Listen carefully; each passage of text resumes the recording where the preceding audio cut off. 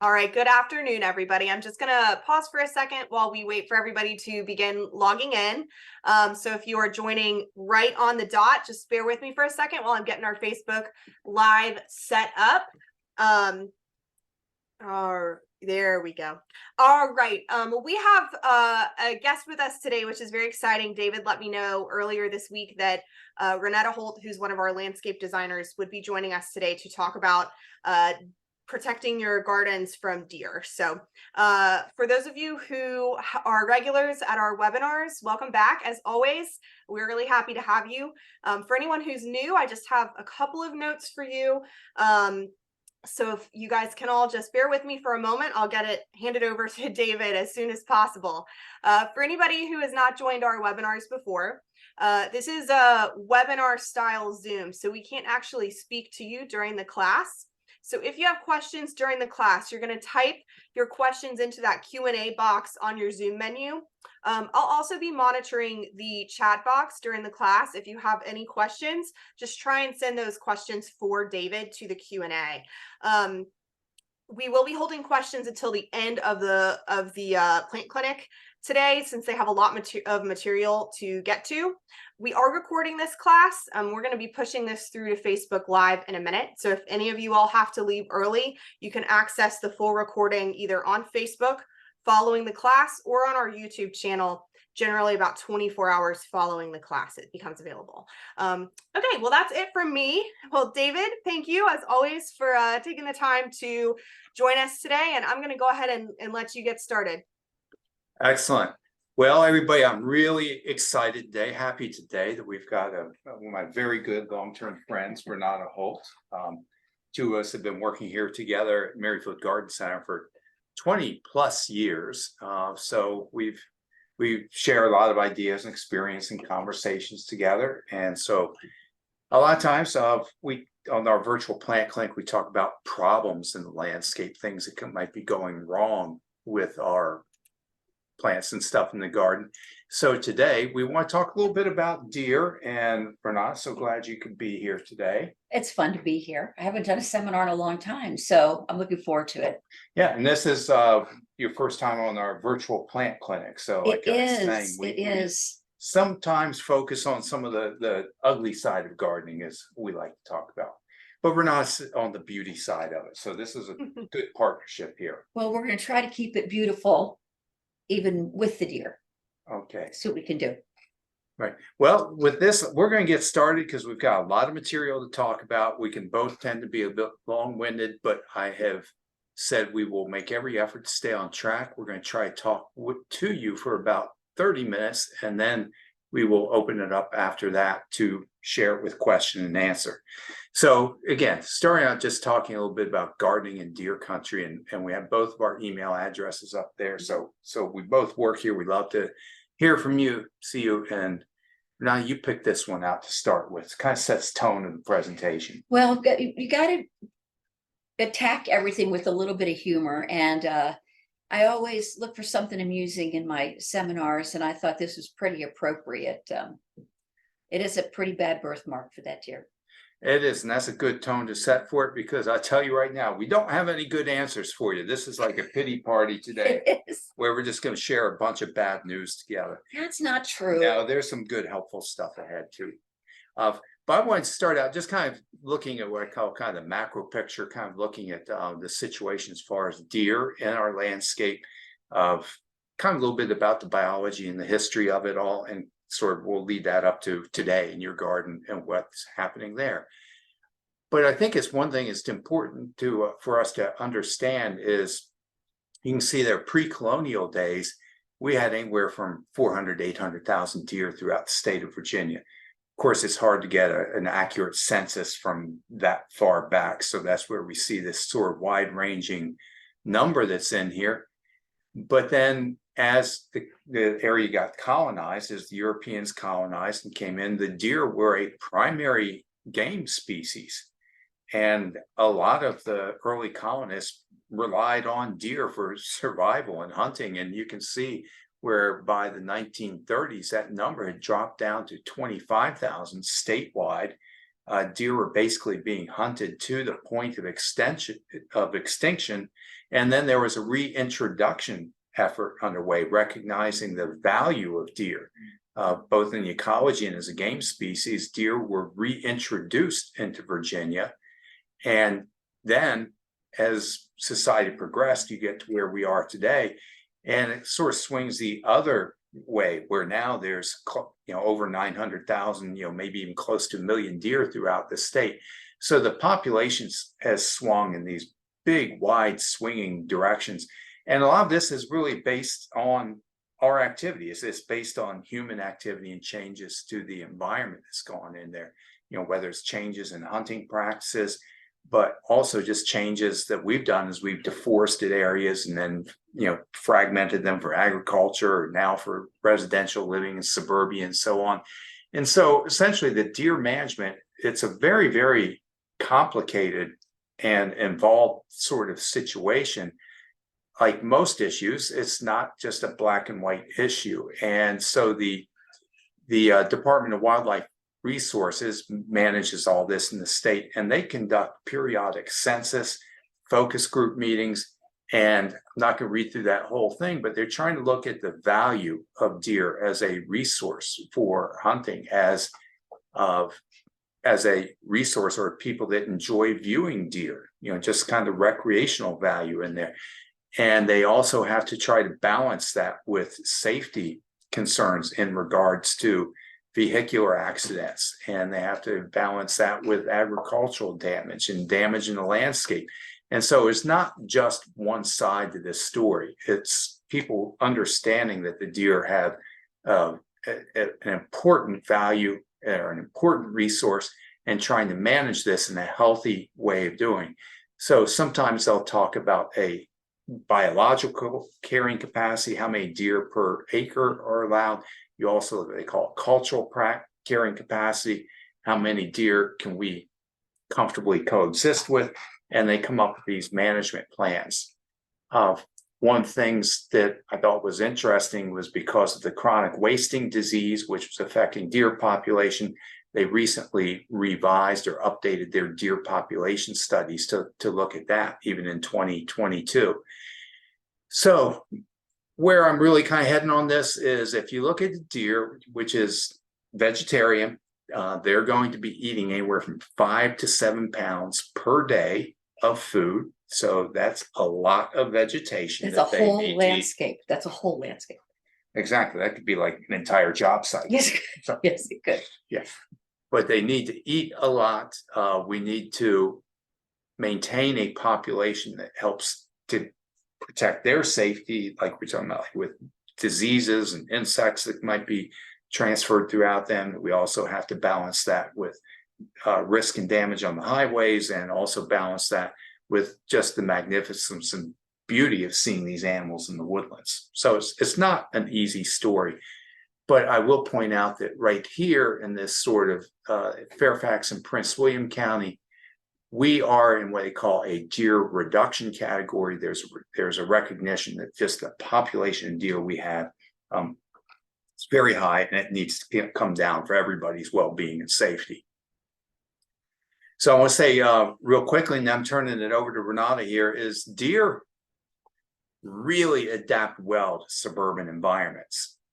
Again, back when this was more of a untouched forested area, deer populations are limited in densely wooded areas. But when you fragment the forest, when you divide it up and create these subdivisions and create all this sort of edge habitat, what effectively we're doing is, and then of course we landscape it, so we're creating an ideal environment for less predation in the environment, more food put out there with our landscapes.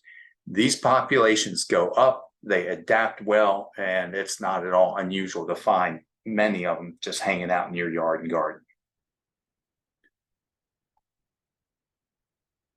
So what are we going to do as gardeners? Quickly move this just into the gardening aspect.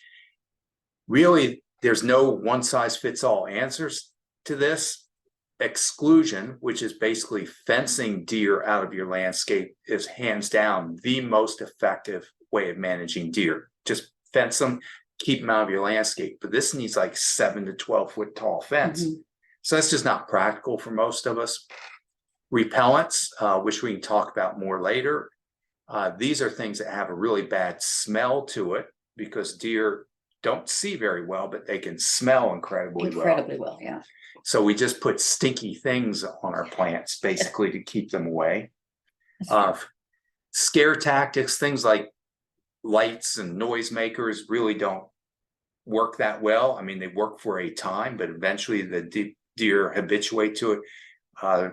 Renata and I were sharing stories early. We had this longtime customer had one of those scarecrows that's attached to the garden hose. And I was saying how for years that worked, that there's a motion detector would trigger this and the thing would start squirting with water. After a few years, the deer figured out and it became their plaything. They'd come over to play in the sprinkler. That's exactly right. They're hard to scare away. They are. And then there's also using deer resistant plants, plants that maybe are less favored by the deer. Again, Renata's going to give us a lot more detail on this. We're not talking about things. There's no such thing as a deer-proof plant, but trying to modify and adapt our gardens by selecting plants that are maybe less attractive to them. And I put this one website up here off of Rutgers University. Their list of deer-resistant plants, it's not 100% comprehensive because they're not quite in our same area, but it allows you to do a search and kind of put the plant name up here. And one of the things I like is it kind of rates them as an A, B, C, D rating. And so A means that they're rarely damaged. B means they're just occasionally damaged. It sort of gives you this rating that you can work with in making some good decisions. And that's very helpful. One of the questions, of course, is what do deer eat? Well, David and I were talking this morning, and I said, one of the things I don't want to forget to say is that deer's taste varies by neighborhood. So I can sometimes do a very good, almost 100% deer resistant landscape in, say, Fairfax Station. And I can take that exact same landscape, I can install it in McLean, and it's gone overnight. And David was telling me something interesting that he had picked up from a seminar that he had attended. Do you want to mention that, why that happens? And I thought this was amazing because I'm not, like I say, I'm a plant guy, not an animal guy, but I was attending this class with a wildlife biologist who was explaining to me how maternal deer are. And they basically stay close to home. The mothers care for the young, the mothers even share kind of like babysitting kind of duty with them and stuff. But I thought it was really interesting, if there's a gestating mother who feeds on a plant, then her young are actually born already adapted to eating that plant. So I'd mentioned like skip laurel, which I do consider deer resistant plant, but there are neighborhoods where it doesn't work. And that could be something as simple as like, well, if mama ate skip laurel during gestation, then those babies are born adapted to eating skip laurel. Yeah, that's very interesting. And it does explain a lot about how they are different in different neighborhoods. One of the things that we know, most everybody who has deer knows, you just don't even think about putting a hosta in your yard. That's one of the all-time favorites. And if you do love hosta, you're going to be spraying until the cows come home to keep the deer away. They'll eat leaves, they'll eat twigs, they'll eat birdseed, they'll pretty opportunistic, they'll eat trash. And these are some pictures of normal deer damage that we see all the time. You can see how the plants are bitten and chewed and torn up. The arborvitae that have the typical deer damage.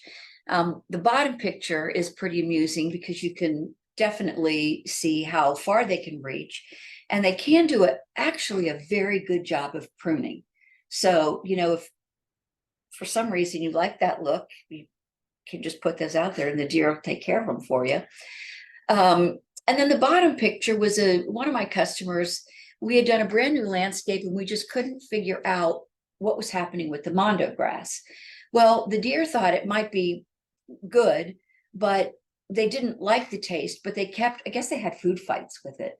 They just kept pulling it out and pulling it out and pulling it out. So I found too, at one point, I worked as a vegetable gardener in Rappahannock, and there are things that they don't necessarily like to eat, but they're curious. And sometimes they will browse a new plant just to try it out, or they'll pull the vegetables out of the garden and strew them around.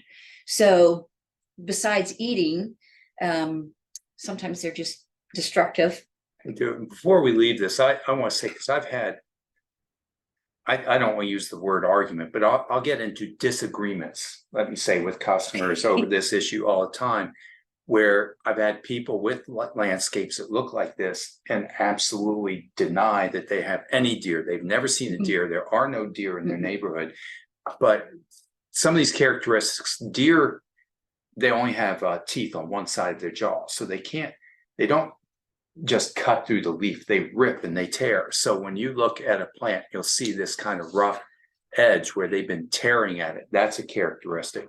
As Rena's pointing out to you, you can see this clear browse line that they're, that's kind of their limit to where they can reach that's in there. So when I start seeing foliage, it's ripped and torn and it's following a browse line, we're saying, are new plants, they're just left laying on the pavement. This is deer, but they will adapt, and you'll be surprised the environments. If but this is right but my front door, or I've got security lights. I mean, I've heard all these stories, but this is deer damage. So I really want to make sure we look at that, and you just can't deny what's right there in front of you. No, and you have to look carefully too, because I've had customers that say to me, my roses they're healthy, they're beautiful, they're shaped so nicely, but they don't bloom. They haven't bloomed in 3 years.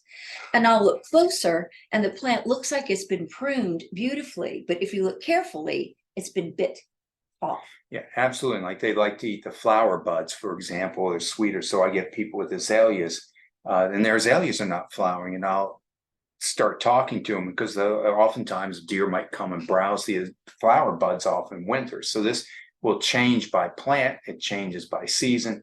But there's telltale signs that you, in fact, have deer visiting your garden. Yes. So there are wonderful hostas. Is there anything I can plant?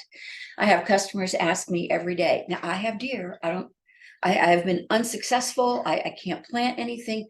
What can I do? So surprisingly, they're so cute. Well, they are cute. They're very cute, but they're also very destructive. But the good news is that there are a surprising number of plants that are not palatable to the deer. And you can actually get a very nice, varied landscape with color, bloom, texture, fragrance, a lot easier than you think. So don't lose hope. There's a lot of plants you can have to have a beautiful landscape. I kind of put this in it's kind of silly, but one of the plants that David and I had mentioned that we have so far never seen browsed are boxwoods. And then the next question is, but I don't like boxwoods. I don't like the way they look. I don't like their shape. Well, there's good news. Pretty much every deer resistant landscape that I design will have boxwood in there somewhere. Some people don't like the odor or aroma, it depends on who you're talking to, of a boxwood. But basically that's the English boxwood or any boxwoods that are hybrids with the English boxwood. The Korean boxwood and a lot of the other hybrids do not have that typical boxwood scent. And the other thing that's interesting is that they've been hybridized into many different colors, sizes, and shapes. And one of the great things about boxwoods, it's like they have a memory. If you buy a boxwood that is shaped like a pillow, like the Franklin's gem here down at the bottom, if I can get to it, it's about 2 feet wide by about 1 foot tall, bright chartreuse green, very shiny, a great border plant. a good foundation plant as well if you need something very low. But if you look through the pictures, you can see over here we have a variegated American boxwood, which could serve as a sentry on either side of your home or your front door. They can also be trimmed into topiaries. And the ones over here are called D-Runk, similar to American fastigiata boxwoods, that are wonderful if you like to put Christmas lights on something. They can get up to about 8 feet tall, but only about 3, maybe 4 feet wide at the bottom. So they're great for tight spaces. So even if you don't think that you're a boxwood fan, it's worth coming out to the garden center or going online and taking a look at the different varieties, because I think you'd be surprised. Also, I should address I do get questions about boxwood blight, which has been very prevalent. I think it's getting better now, but there are new boxwoods called new generation boxwoods who have shown to be resistant to the boxwood blight.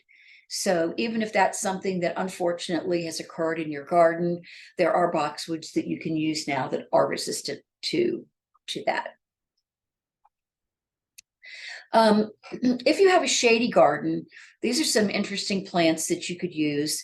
The Pieris japonica over here is an evergreen, typically has bright growth, white lily of the valley type flowers in the early spring, late winter, slow growing, very woodland looking. It's not if you're a person who likes more shape and geometry in your garden, probably not the plant for you, but a very beautiful natural looking plant. A staple in my deer resistant gardens are the plum yews, not to be confused with the regular yews that is also deer candy, but the Japanese plum yews are wonderful. There are, again, upright ones.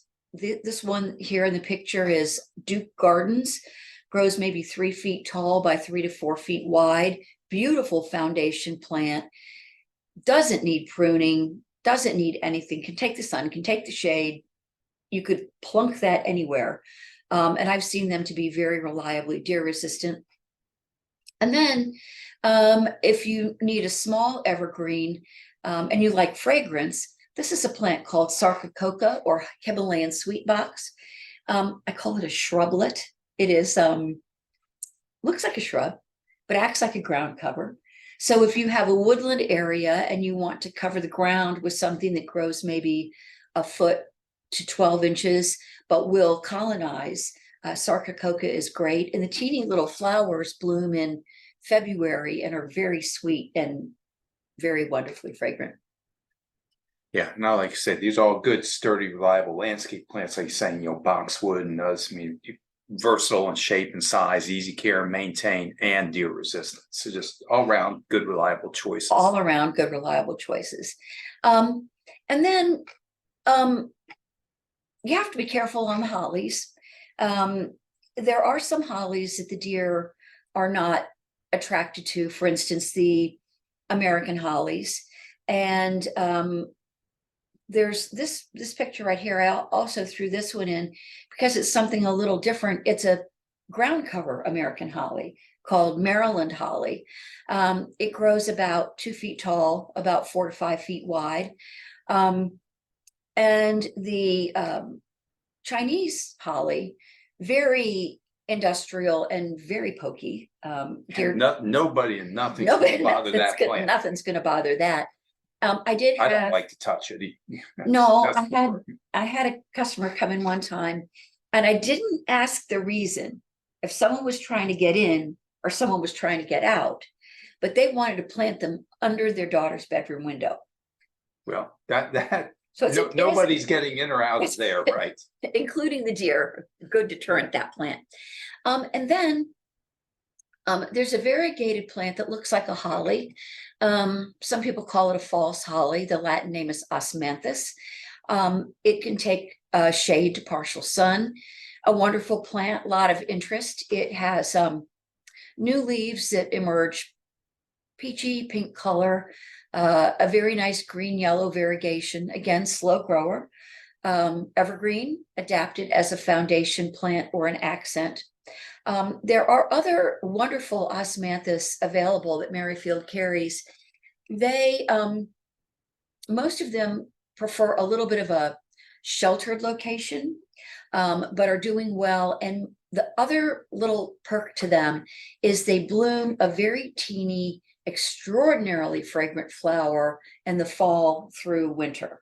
So if you have a secluded location, kind of sheltered from the wind, an osmanthus is a great plant to use. I still remember the osmanthus tea you made. I did. It was very I'm good. such a dork. I buy osmanthus petals and I make osmanthus. It's my favorite fragrance. I don't know. I need to broaden my horizons. I would say in the realm of hollies, like Nellie Stevens is probably my favorite, biggest, most robust, wonderful holly. But I've noticed the deer seem They're to go starting on after that that too, one. So yeah. that's like, I like the way you sort of qualified this. You do have to be a little thoughtful about exactly which holly you're buying. So You do. check with us. Yeah, it's before not their you just jump favorite, in. but yeah. And then this plant right here is, it's really a kind of a pedestrian plant. It's wax leaf privet, but I'll tell you what, if you want a fast growing hedge screen, you can't beat it. Evergreen, it grows very vigorously. It's an inexpensive plant, and I found it so far to be deer resistant. I think there's more and more interest now. I had 2 customers last week purchasing the wax leaf Yeah, privet you as can put them anywhere. yeah, I mean, again, trying to create that sort of screening hedge-like look, and because it's sort of immune to so many of the other issues and stuff, I see more and more people going back to this. Yeah, it kind of fell out of favor for a while, but people are using it a lot more, and a lot of the designers are recommending it just because it is so reliable. This is kind of a cool thing. People need screening. They also need all kinds of other plants, but it's very interesting that many plants that have originally were only considered screening plants, like the green giant Western arborvitae or the Cryptomeria japonica, have now been hybridized into different colors, different shapes. This is a globe dwarf Cryptomeria right here. Grows about 4 by 4, doesn't like to be pruned, can take some shade, likes the sun. A beautiful, different looking, unique plant for your landscape. And we cannot keep in stock the Forever Goldie arborvitaes. They are a small upright arborvitae, maybe 10 feet tall, maybe a little bit bigger, 3 or 4 feet wide at the bottom. But what a beautiful color to add to your landscape at the corner of your house or something, if you want some verticality, but not anything massive. So again, many plants that we have cultivars that you can use in a lot of different ways in your landscape. I mean, you could put 3 different Cryptomeria in your landscape and no one would know that you had the same plant in there. Right. Again, always double check this, because like the American arborvitae is sort of like deer candy. Well, it is, So, yes. so we Yeah. have to make sure you get the right one. It has to be the right one. And we can help you with that. I love conifer gardens. When I started at Merrifield probably 25 years ago, I was kind of on conifers. I don't know why, but they've really been gaining a lot of popularity in terms of the fact that they are evergreen, many colors available. I don't want to go into a lot of time on this one, but you've got junipers, cypresses, cedars. And again, many of the plants that you see in this picture have different forms. Some upright, like the blue arrow, some, what we call prostrata, like a ground cover deodar cedar. Some of the cypresses, very interesting colors. So I like to use them as the groundwork or framework for, but they do like sun. They have to have sun for sunny spots. And then you can plug in other flowering plants or leafy evergreens or plants for more interest, but they're a good solid base for a year-round landscape. Yes, I'm just gonna let you keep going because I'm watching our clock. Oh, okay, Oh, all we got right. time. Okay. Grasses and sedges and grassy looking things. Most all ornamental grasses and things like the Carex here. We also have sweet flag. Some adapted to sun or shade are good plants. We also have native grasses we can use, like the Muhlenbergia, which gives a really nice fireworks kind Looking of show in the spectacular fall. right now. This They're time looking of year. spectacular Yes. right now. And then there's other deciduous flowering plants that are interesting, you know, kind of garden variety, normal plants. Spirea, the blue mist spirea or Caryopteris. We have shrub form crepe myrtles. Weigelia, which comes variegated, red leaf, green leaf. One of my new favorites. Buddleia, the pugster butterfly bush. It's sterile, it's dwarf. The plant stays small and the flowers are humongous and it blooms all summer. Almost can't beat that. And then one of our top, this is one of the very top pollinator attracting plants is buttonbush. Comes in the regular, you know, maybe a 6-foot size, and also a dwarf called sugar shack. I think that's our native plant of the year this year. I think it is.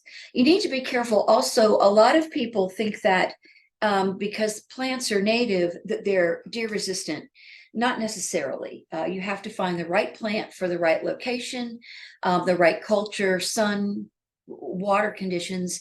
And there are natives that are deer resistant, but don't make the assumption that all native plants are deer resistant. This is a semi-sun landscape that I did years ago.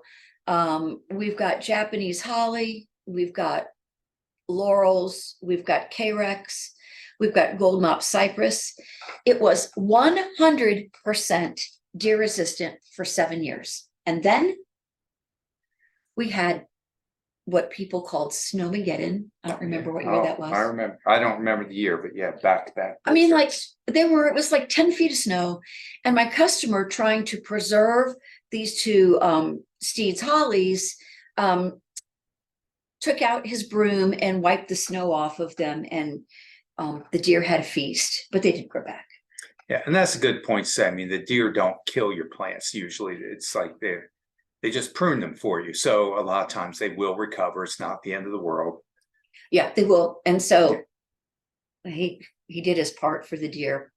I put this picture in just to show a deer resistant landscape with a variety of plants. You can get you're looking at this, you can say, yes, I can have an attractive deer resistant landscape. I'm not stuck with a row of boxwood or a row of Japanese yew.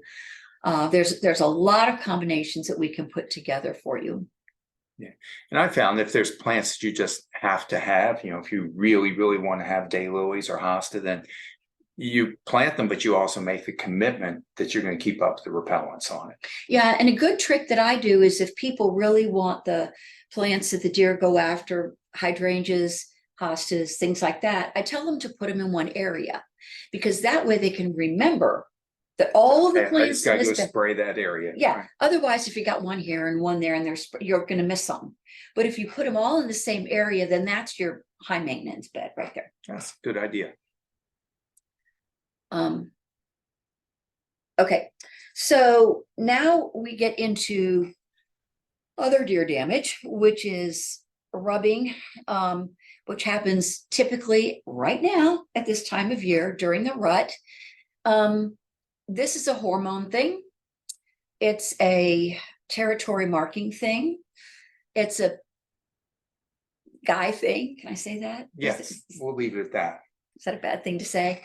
And they will just demolish trees and small shrubs, especially your brand new, really expensive Japanese maple that you planted. All-time favorite for rubbing. I don't know why. But the thing about this is you really have to protect your new plants with deer netting and stakes or something like a physical barrier around them, because they will knock over small trees. they'll kill things, Yeah. and there's no repellent in the universe that's going to keep them away. That's what I was gonna say. To me, this is far more damaging to the plants than the browsing. When they just Yes. browse and feed on the leaves, so leaves grow back. But here, of course, they're creating injuries and scars and wounds that never, they may close over, but it's not gonna heal itself. Again, trees might seal, they might cover it over, or it can even be severe enough that they die. Yeah, they knocked over a whole bunch of small trees that I planted one year toward the fall, and so now I tell people to wait till spring and then get some deer netting for the fall. This is a true life Merrifield story of we were doing a drainage correction in a pretty little bed in McLean, and it was a little after 2 o'clock on a Tuesday, and we heard all this rustling behind us.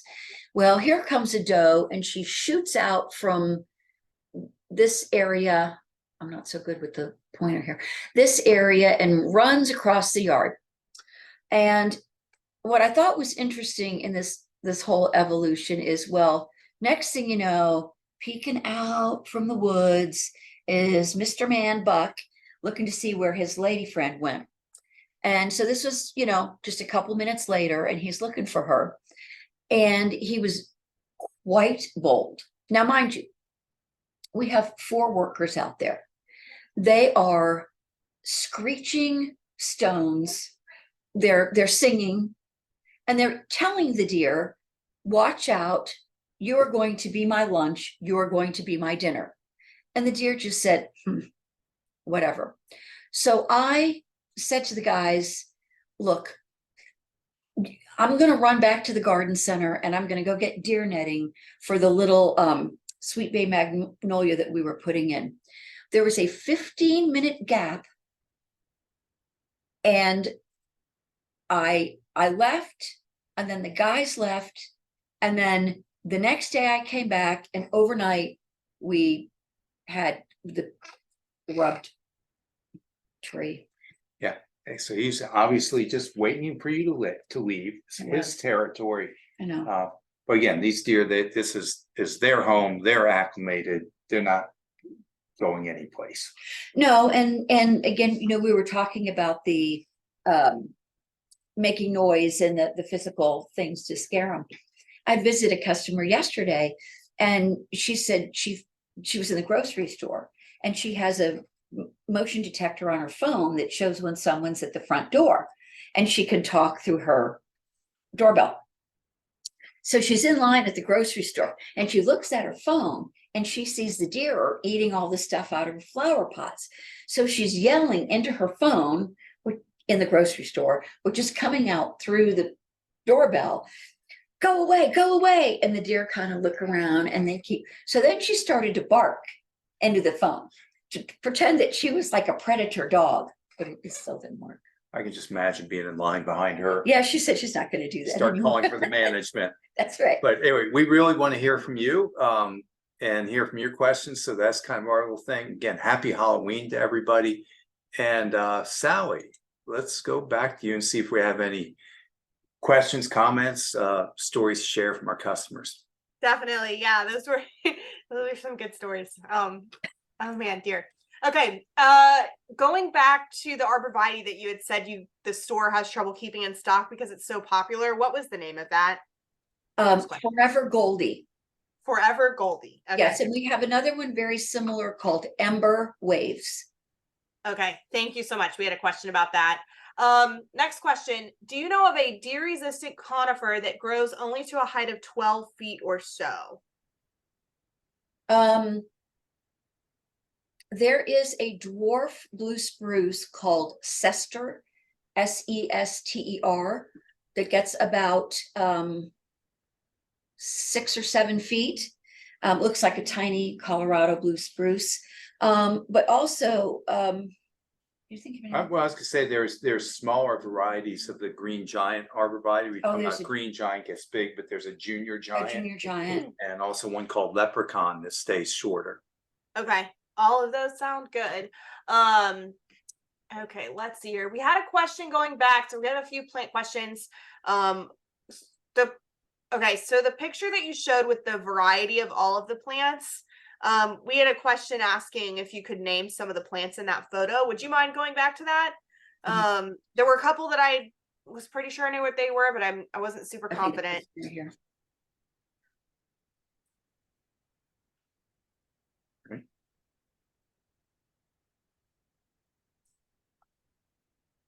Oh, thank you very much. That- Okay, back a couple more. There you go. This What? one, yeah, This that one, that okay. one. Okay, So that's the allium. allium. Allium millennium. That's a fantastic perennial. I have that in my garden. And then the yellow flowers, black-eyed Susan.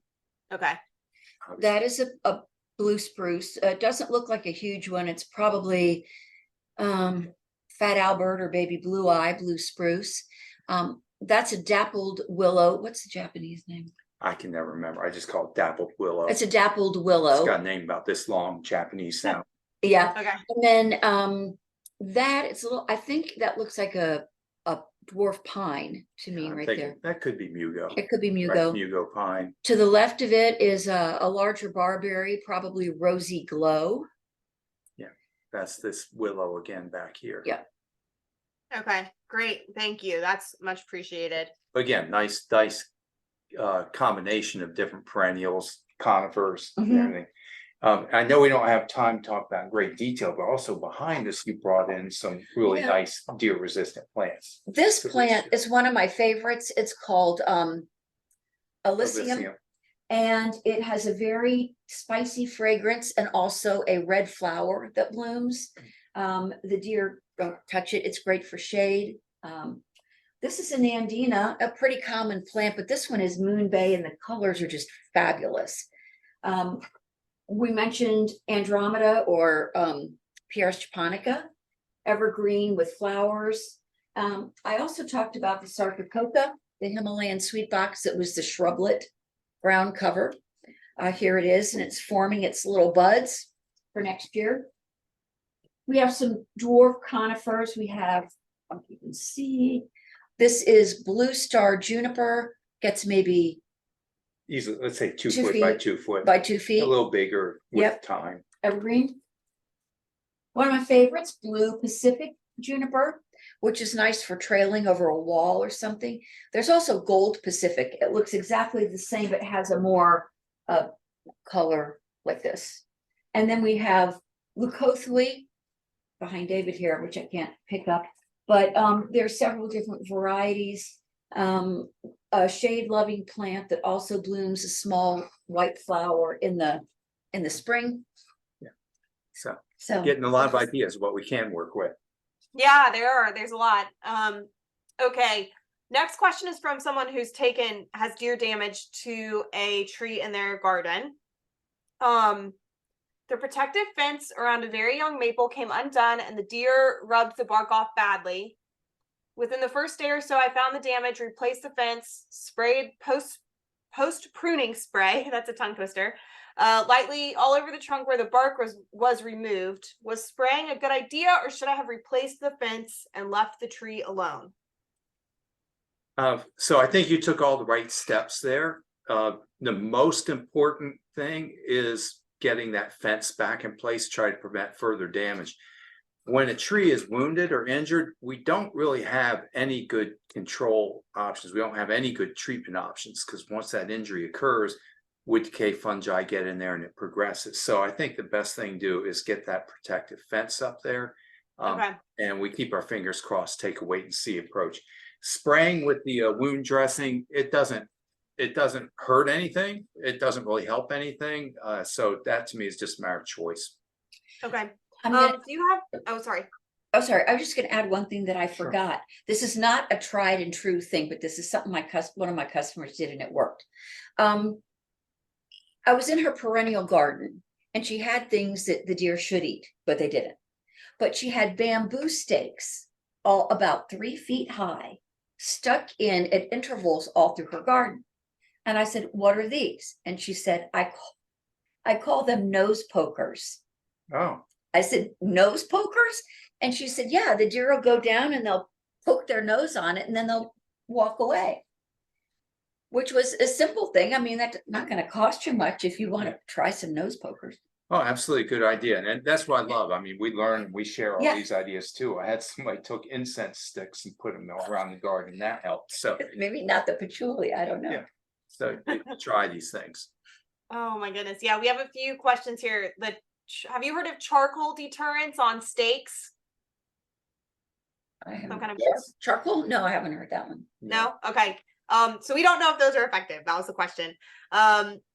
How often do you all recommend spraying with the deer off or the liquid fence if you're using that? You're better at that. So it really does vary between the repellents, Bob-X and Liquid Fence. Like I said, they have been the most effective for us. I would say on average, again, that word will get you in trouble, but most of our customers, it's going to last for about a month. So these things do have a spreader sticker in there that helps them adhere to the leaf. So you spray it when it's dry, allow time to dry. It might last 2 weeks, it might last 8 weeks, depending on the weather, the conditions, all those kind of things. Like I said, most of our people land about once a month. Okay. Do you guys have any tried and true native plants that are resistant to deer? And they're asking specifically for shade or semi-shade. They're trying to replace their hosta, which are definitely not deer resistant. Oh, let's see, so that would be a perennial, We have lists. I mean, sometimes our mind Yeah. goes blank. so. We've been doing this too long, maybe that's the Well, problem. you but know, the Sarcococa would work. Ferns, Mhm. I'm trying to think, like Ferns definitely like would work. Christmas fern is a beautiful evergreen native fern, which Yeah, I love in that environment. that's good. And there's, Astilbe's not. Yeah, there are native, I'm having trouble with that one. Yeah, I'm sure they are, but we may have to refer you to lists for that, because otherwise our time is going to be way over before we can think of another thing.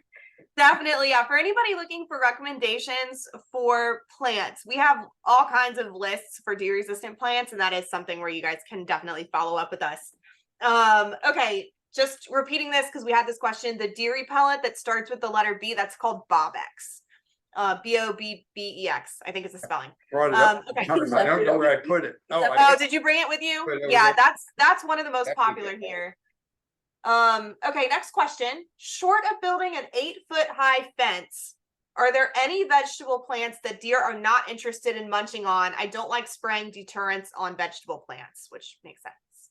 I don't either, but there are granular deterrents that you can sprinkle on the ground around your plants. There are also just out of arm's reach there, these little capsules, weatherproof capsules that have like dried blood in them. So you don't have to spray your plants. Also, what I was going to say, none of these products use anything toxic. They just have bad smell or they have bad taste. But there's nothing toxic in any of these kind of things. But still, I don't want to spray them with vegetables Well, either. I have a vegetable garden prison idea. I found at, I don't know if it was something like Tractor Supply or one of the things where farmers buy things. Chain link fence collapsible dog runs with a door. And they're probably about 6 or 7 feet tall. And you could, if you didn't want to build a fence all around and you just wanted to have something for your vegetable garden, you could put this dog run up. And it's nice because it has a door. You don't have to get yourself all tangled up in deer netting or anything trying to get in and out. And then at the end of the season for the winter, it just collapses and you can store it. So that's one idea that I've thrown out to some of my customers so that they could have their little probably 10 by 10 foot plot and have the inside the dog run. That's a great idea. And the only other suggestion I might put out there is you could have an herb garden, because a lot of the more fragrant herbs, things like oregano and thyme and Yeah. rosemary, lavender and all those the deer tend to leave those alone. But actual vegetables, I Nah. think you're gonna have to do something to protect them. We actually just got a comment that said I planted marigolds in front of my vegetable garden and it was successful keeping the deer away. Oh, good. Yeah. Okay, next question. The Fester dwarf blue spruce, that's a deer resistant variety, correct? I know you mentioned it earlier. All the blue spruces are pretty, All of the blue spruces. Yeah. Okay. That's just a Good. small variety. yeah, it's Okay. a dwarf.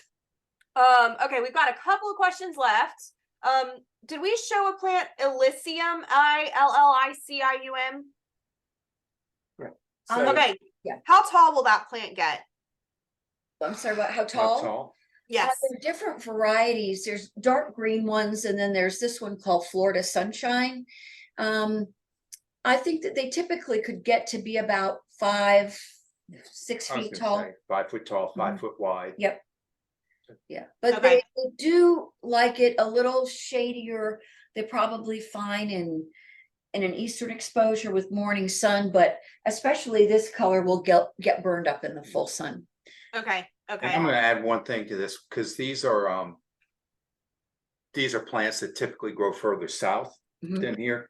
So what I found a lot of times is they come out of winter, when they come back next spring, that might be a little beat up from the cold temperatures, but everybody I know that's kind of hung with them, they recover pretty quickly as it gets warm. So there's a little time in early spring, you might see some spotting and browning, defoliation. That's a good point, But yeah. then they bounce back.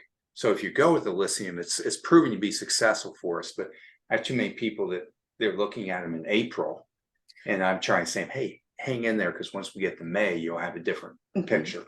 Yeah, so good, I did Gotcha. think about that. Okay, here's our last two questions. These are some deer resistant prevention tactics. Do you have any good types of fencing or netting, like a brand name that you recommend? You guys are or type? I don't have a brand name, but let me say this, the difference between the two there's netting, which is a very flexible type material. It's not rigid. You kind of drape it over the plants, and the brand that we sell, I believe, comes from a company called Dalen, Dalen. But like I said, it's kind of just this lightweight netting that you would drop over plants. It comes in all different sizes. As far as a deer fencing that's going to be more rigid and stay upright, we do have it. I just can't remember the name of it. I just call it It's deer more fencing. like a plastic. Yes. Yeah. Exactly. A little bit wider Yeah. grid. And they're made out Okay. of plastic, so they're not too intrusive on the landscape. Gotcha. Okay. Here's the last question. Have you heard of using Milorganite as a deterrent? Would it work? Yes, Milorganite, it's a fertilizer, so it's not labeled or recommended as used as a repellent, but because it's comes from the treatment plant, it does have an odor to it. And again, a lot of customers are very successful putting that down. So gives you dual purpose. You can be fertilizing your plants in fall and also putting an effective repellent down. Again, normally like 4 to 6 weeks effectiveness period out it also. Okay. Okay, great. All right, well that's all of our questions. So thank you guys for getting through all of those today. I know this is this is a huge issue for so many people. I would encourage all of you who are here to follow up with us if you have any more questions. I know David and Renata left their emails. So you're welcome to contact them or contact our stores. And we can put you in touch with either of them or with another one of our Plant Clinic team members. So I think that's it. David and Renata, do you have anything you want to wrap up with before we conclude? I would say special thanks to Renata. It's really fun doing this It with was, you you know, today. it's been a long while. time. Yeah. So thank you. Thanks. Yeah, thank you. I love Yeah. it when you bring in guests, David. It's always fun. All right. Well, thank you so much, everybody. Please again, let us know if you have any questions. The recording will be available on our YouTube channel probably tomorrow about midday.